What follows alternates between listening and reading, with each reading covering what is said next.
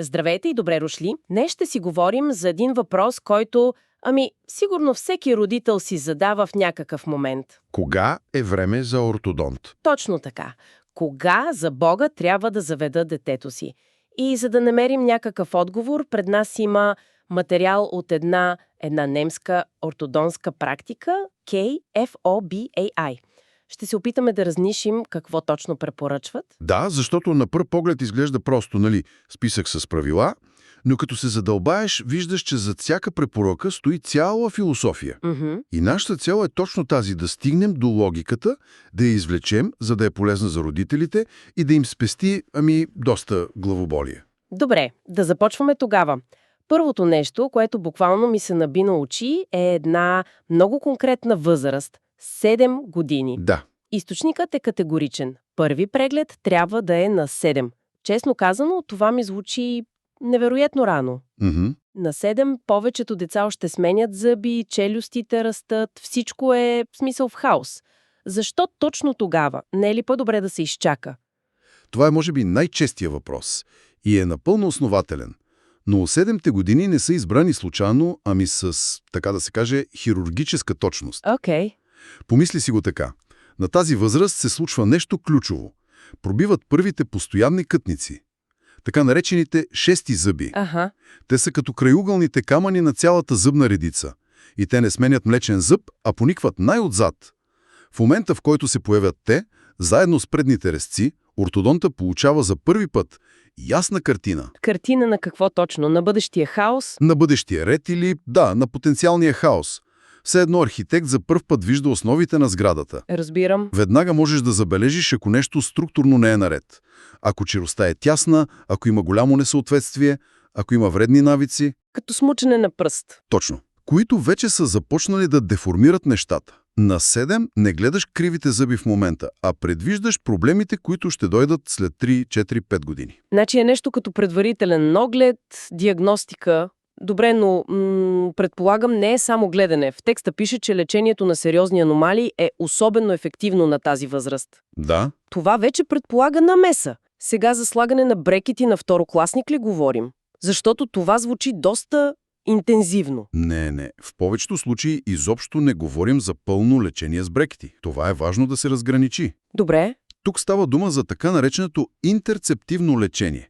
Рано лечение. Целта му е да пресече развитието на сериозен проблем. Да го спре в зародиш. Точно. Например, ако детето има кръстосана захапка, горните зъби влизат зад долните. Ако не се намесиш, тази асиметрия ще накара челюстта да расте накриво. Буквално. Вау! А на 7 години костите на детето са още много меки и податливи.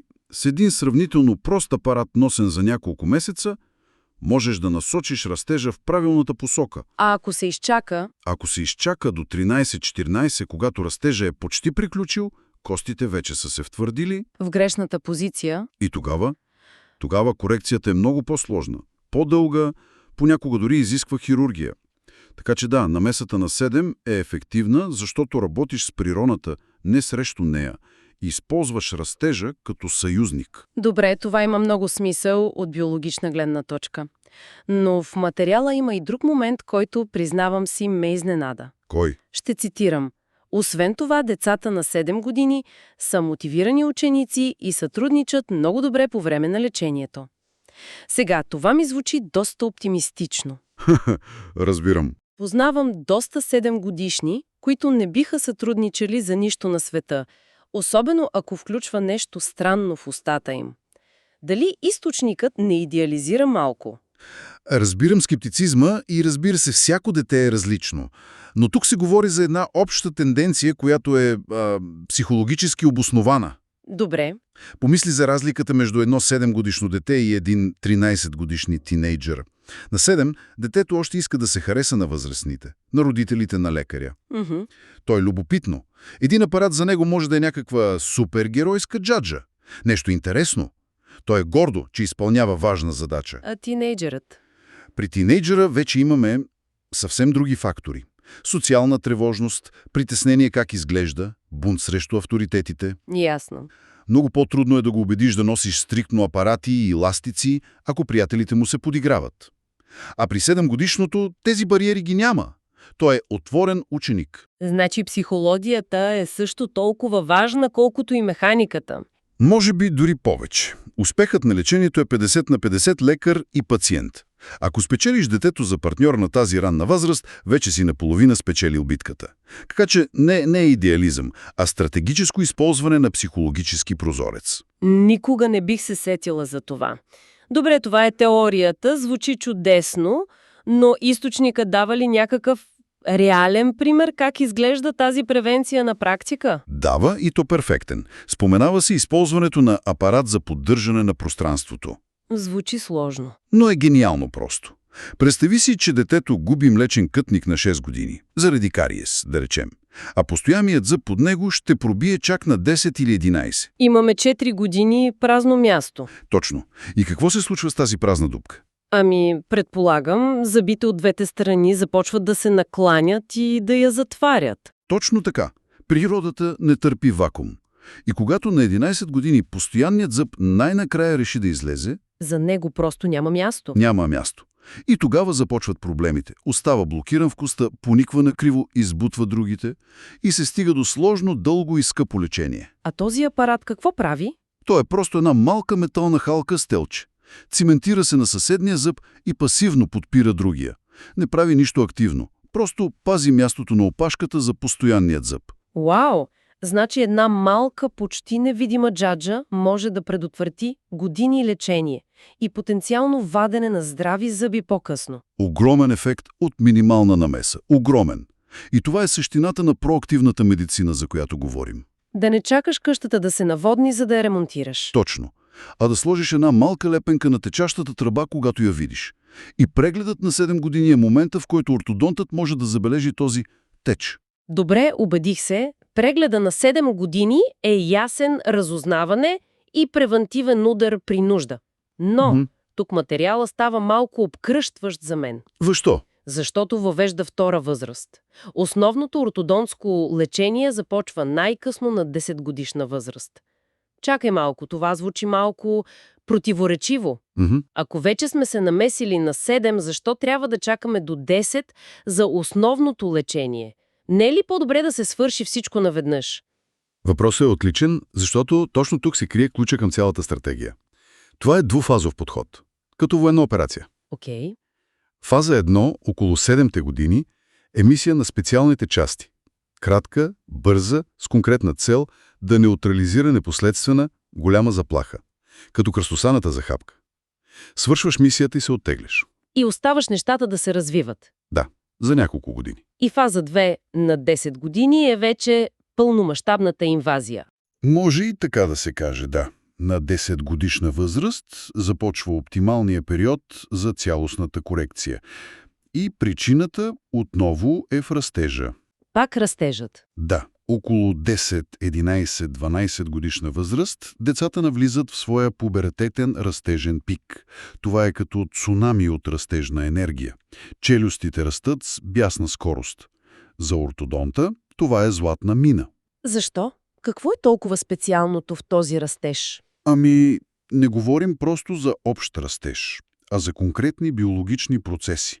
Например, непцето, покривът на устата, се състои от две половини, свързани с шев. При децата този шев още не е напълно вкостен. Това позволява на ортодонта със специални апарати буквално да разшири горната челюст, да създаде повече място по един напълно естествен начин. Значи използваш самото тяло, за да си свърши работата. Точно. Това е биологичен прозорец, който се затваря безвъзвратно само няколко години по-късно. Опиташ ли се да го направиш на 17 годишен, е невъзможно без хирургия. Така че, като започнеш на 10, ти не просто местиш зъби, ти моделираш самите основи. И крайната цел на всичко това, както се споменава, е да си избегне ваденето на зъби. Точно. Това е огромната награда. В по-старата ортодонтия, когато се е чакало твърде дълго, често се е стигало до ситуацията малка челюст, големи зъби. И единственото решение? Да се извадят 4 здрави, постоянни зъба, за да се отвори място. А подходът, описан тук, цели точно обратното – да се разшири и оформи челюстта, така че да побере целия комплект. Което е много по-щадящо. Много по-щадящо и холистично. Работиш в хармония с тялото, за да постигнеш резултат, който е не само красив, но и функционално по-добър и по-стабилен. Добре, биологията и стратегията вече са ми много по-ясни. Имаме разузнаване на 7, основна офанзива на 10, като използваме земетресението на пубертета в наша полза. Точно така. Но в края на материала има един детайл, който на пръв поглед няма нищо общо. Пише: подходящо за семейства, първоначалните ни консултации се провеждат в петък и събота. Ага. Моята цинична страна веднага се обажда и казва: това е просто умен маркетинг. Има ли нещо повече? Разбира се, че е умен маркетинг, няма спор. Но ако се замислим по-дълбоко, този детайл е прозорец към цялата философия. Как така? Ортодонското лечение не е еднократно събитие. То е дългосрочен проект, който ангажира цялото семейство за 2-3 години. Сега си представи едно стандартно семейство. 2 работещи родители, 2 деца, училище, спорт. Пълен хаос. Точно. И сега им кажи, че на всеки 6 седмици в сряда от 10 сутринта трябва да се организират, детето да излезе от училище, родителят от работа, да се борят с трафика, за 15 минути в кабинета. Това създава огромен стрес. Огромен. Родителите са напрегнати, детето пропуска уроци, всичко е една голяма логистическа борба. И този стрес се отразява на отношението към цялото лечение. Превръща го в досадно задължение. А като предлагат часове в петък и събота?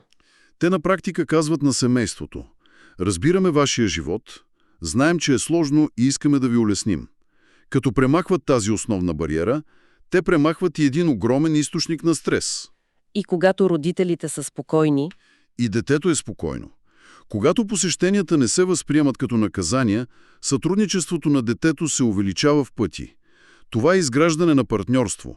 Успехът не зависи само от тълчетата в устата, а от цялата екосистема около детето. бързаме, а действаме стратегически, правим разузнаване и ако видим пожар, Като кръстосана за хапка, да. го гасим веднага, докато е малък. Превантивен удар, точно. След това, около 10-годишна възраст, използваме най-мощния си съюзник – природата.